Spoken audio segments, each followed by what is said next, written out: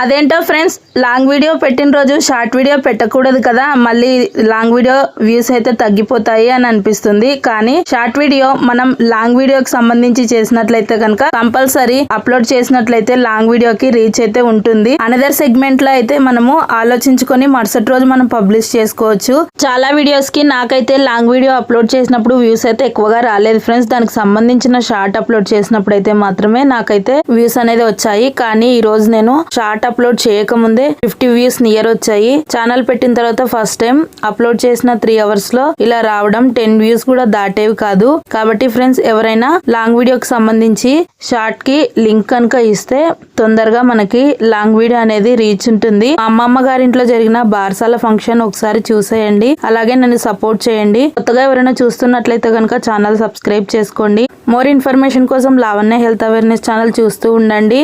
Video అయితే చాలా బాగా వచ్చింది ఫ్రెండ్స్. పల్లె అందాలు, పల్లెటూర్లలో ఉండే వాతావరణం, అలాగే ఫంక్షన్ అన్ని అయితే వీడియోలో కవర్ చేశాను. ఒకసారి చూసి సపోర్ట్ చేయండి. లైక్ ఇవ్వకపోతే లైక్ ఇచ్చేసేయండి, కామెంట్ చేయండి, సబ్స్క్రైబ్ చేసుకోండి. ఉంటాను మరి మరో సెగ్మెంట్ తో, మంచి షార్ట్ తో మళ్ళీ కలుసుకుంటాను. Thank you for the watching. Have a nice day. Bye friends అందరికీ.